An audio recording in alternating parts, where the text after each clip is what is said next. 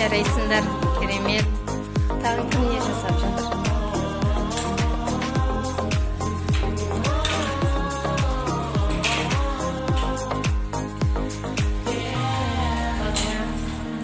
Балалар оқылық деген сөзден басталған өмірдегі мектепке алғаш есік ашқаннан ұстаз берген қолыма ең алғашқы әліппе түстім арман жолынан.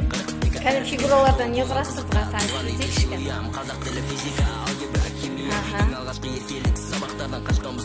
Кім не құрастырды? Мысалы, бір бейне жасау керек. Мысалы, ненің бейнесі мына Алиндар? Үйдің бейнесі тағы да. Кімнің ойы ұшқыр екен? Шеңбер, тағы да. Неден құрастырдық? Шеңбер, жарты шеңберден және төртбұрыштан және үшбұрыштан жасадық. Тағы да. Бәрін сенде не бар екен? Шеңбер, үй дейік, тағы да.